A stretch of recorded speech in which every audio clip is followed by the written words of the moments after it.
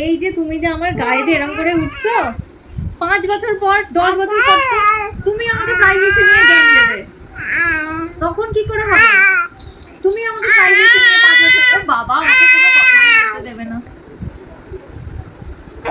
আমি কি কিছু বলতে পারি?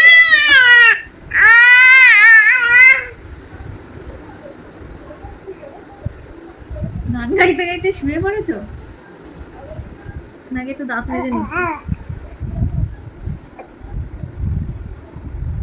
পাপা, ও পাপা, তুমি তুমি 5 বছর পর আমাকে প্রাইভেসি নিয়ে জ্ঞানটা দেবে তো?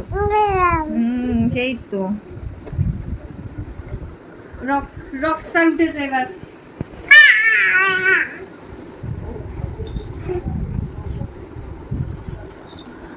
পাপা তুমি তো কুমির, তুমি শামুকের মতো কেন করছো?